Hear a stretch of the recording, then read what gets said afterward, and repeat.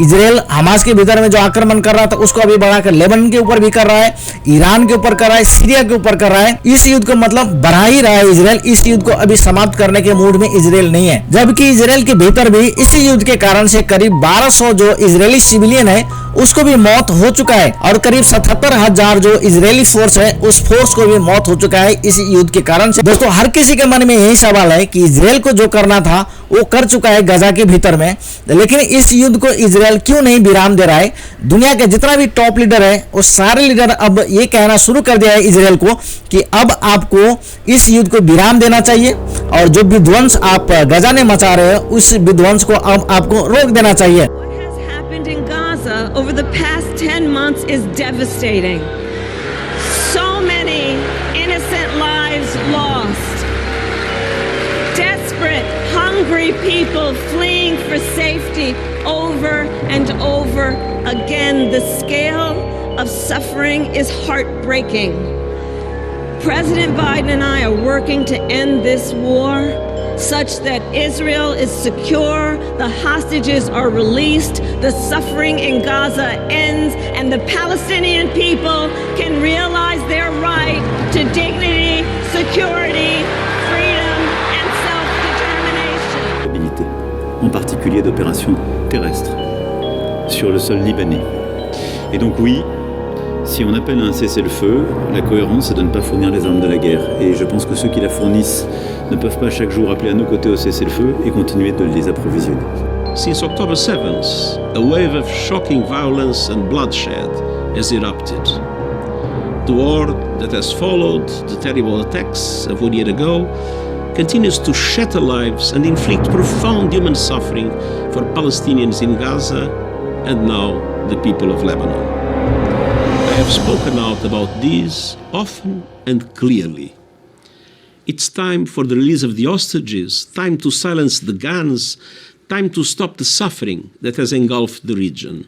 लेकिन इजराइल किसी को बात मानने के लिए रेडी नहीं है इस वक्त। इजराइल उल्टा इसके उल्टा कंटिन्यू इसका जो युद्ध था वो इसको बढ़ा रहा है और विध्वंसकारी हमला अभी कंटिन्यू कर रहा है। इजराइल हमास के भीतर में जो आक्रमण कर रहा था उसको अभी बढ़ाकर लेबनान के ऊपर भी कर रहा है, ईरान के ऊपर कर रहा है, सीरिया के ऊपर कर रहा है। इस युद्ध को मतलब बढ़ा ही रहा है इजराइल। इस युद्ध को अभी समाप्त करने के मूड में इजराइल नहीं है, जबकि इजराइल के भीतर भी इसी युद्ध के कारण से करीब 1200 जो इजरायली सिविलियन है उसको भी मौत हो चुका है और करीब 77,000 जो इजरायली फोर्स है उस फोर्स को भी मौत हो चुका है इस युद्ध के कारण से।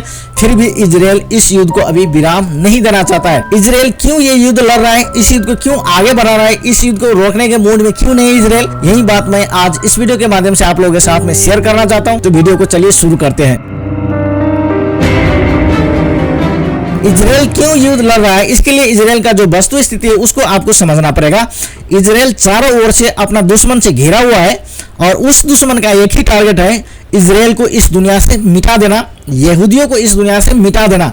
और यही कारण से क्या होता है, जब कभी भी इजराइल के ऊपर में जो आक्रमण होता है वो आक्रमण इतना विध्वंसकारी होता है, उस आक्रमण का एक ही टारगेट होता है कि ज्यादा से ज्यादा नुकसान इजराइल के भीतर में किया जाए। इन्हीं पर्पज से 400, 500, 300 जो रॉकेट है उस रॉकेट से इजराइल के ऊपर में आक्रमण होता है। यदि इजराइल के पास में उसका जो डिफेंस सिस्टम है वो डिफेंस सिस्टम यदि स्ट्रांग नहीं होता तो एक बार आप कल्पना कर सोच सकते हो, देख सकते हो कि इजराइल का स्थिति अब तक क्या हुआ होता। इजराइल इस धरती से ऑलरेडी मिट चुका होता। इससे जस्ट कुछ दिन पहले इजराइल के ऊपर में जो ईरान है वो ईरान 200 करीब जो बैलिस्टिक मिसाइल है उस मिसाइल से इजराइल के ऊपर में आक्रमण किया था एक साथ। 500, 200, 300 जो रॉकेट होता है वो फायर होता है लेबनान के साइड से हिजबुल्लाह की तरफ से। इसी तरह से हमास के साइड से 7 अक्टूबर 2023 का घटना आप लोगों को पता होगा कि किस पर्पज से इस घटना को अंजाम दिया गया था। इजराइल के भीतर में घुसकर इजराइल का जो डिफेंस सिस्टम है उसको चकमा देकर और इजराइल का जो वॉल है उसको क्रश करके, उसको कटिंग करके, उसका जो कैमरा सिस्टम था उस सारे को डिस्ट्रॉय करके इजराइल के भीतर में ढुककर जो सर्वसाधारण इजरायली एंजॉय कर रहे थे, अपना फेस्टिवल सेलिब्रेट कर रहे थे, उन सर्वसाधारण इजरायली के ऊपर में आक्रमण किया गया। हजारों लोगों को सीधा सामने मार दिया गया, किसी को जला दिया गया, किसी को कूड़े के दान में फेंक दिया गया। इस तरह से विध्वंस मचा गया और करीब 200-300 जो लोग था उसको बंधक भी बना लिया गया। हमास के जो टेररिस्ट जो इंटर किया था इजराइल के भीतर में उसके द्वारा। तो इस तरह से इजराइल के ऊपर में बार बार और तरह तरह से आक्रमण होता रहता है, इजराइल को घाव देने के लिए, इजराइल को चोट देने के लिए। और इसमें सबसे जो आगे निकल कर आता है वो ईरान ये बिल्कुल नहीं चाहता है कि इस दुनिया में इजराइल रहे और एक भी यहूदी रहे। इसीलिए ईरान क्या करता है, जबकि ईरान और इजराइल का जो डिस्टेंस है करीब 2000 किलोमीटर का डिस्टेंस है, लेकिन फिर भी ईरान बार बार इजराइल को उकसाते रहते हैं। वो भी डायरेक्ट नहीं उकसाते हैं, उसका जो प्रोक्सी है जैसे कि हिजबुल्लाह हो गया, हमास हो गया, हूती हो गया, इन सारे लोगों को ये क्या करता है, फंडिंग करता है और उसी फंड के थ्रू इजराइल के ऊपर बार बार आक्रमण ये कराते रहते हैं। 7 अक्टूबर 2023 का जो घटना घटा इजराइल के भीतर में, तो उस घटना से इजराइल का जो प्राइम मिनिस्टर है या इजराइल का जो लोग है बहुत दुखित हुए थे।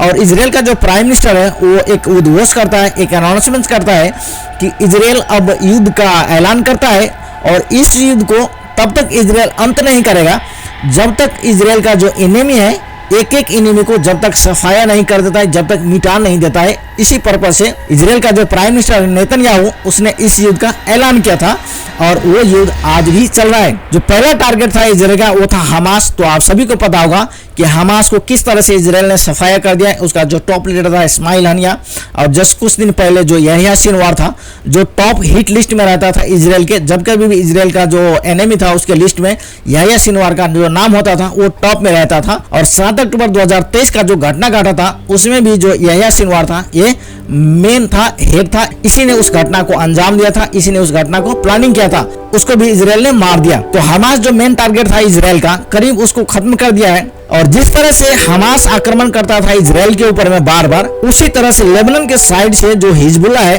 वो भी बार बार 200, 300, 400, 500 और जो डायरेक्ट ग्राउंड के थ्रू भी आकर इजराइल के भीतर में आक्रमण करता रहता है, इजराइल के ऊपर में रॉकेट छोड़ता रहता है। तो एक एनिमी था उसको सफाया कर चुका है इजराइल।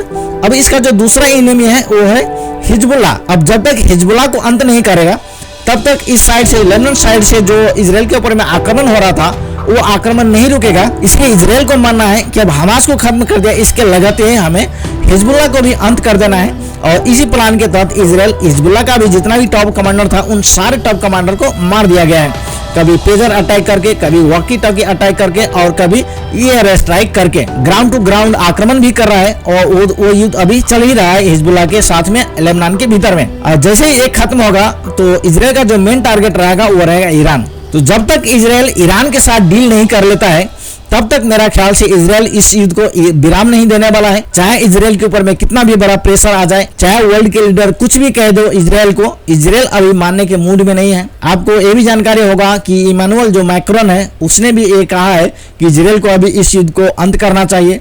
ब्रिटिश का प्राइम मिनिस्टर ये भी कह रहा है, यूएस का प्रेसिडेंट जो बाइडेन और उपराष्ट्रपति कमला हैरिस ये सारे लोग भी सजेस्ट कर रहे हैं इजराइल को युद्ध को अब विराम कर देना चाहिए। लेकिन इजराइल के साइड से अभी तक ऐसा कुछ भी सिग्नल देखने को नहीं मिल रहा है कि इजराइल इस युद्ध को अंत करने के मूड में है। जबकि इसके उल्टा इजराइल अभी लेबनान के भीतर में और युद्ध जो था उसको आगे बढ़ा रहा है। युद्ध जो आक्रमण था इजराइल का वो और बढ़ा रहा है और भीषण आक्रमण कर रहा है लेबनान के भीतर में, और डेली हजारों लोगों को जाने जा रहा है लेबनान के भीतर में। तो इस सोच के साथ में इजराइल युद्ध लड़ रहा है और इजराइल का एक ही टारगेट है इस बार, इजराइल का जितना भी एनिमी है उन सारे एनिमी के साथ में इस बार डील कर लेना है।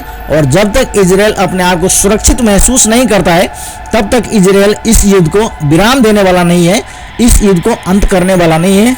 चाहे दुनिया कुछ भी कहे इजराइल के लेकर, इजराइल इस बात को मानने के लिए रेडी नहीं है कि इस युद्ध को अभी अंत करना है। मैं आशा करता हूं कि इस वीडियो से आपको क्लियर हो गया होगा कि इजराइल आखिर में युद्ध क्यों लड़ रहा है।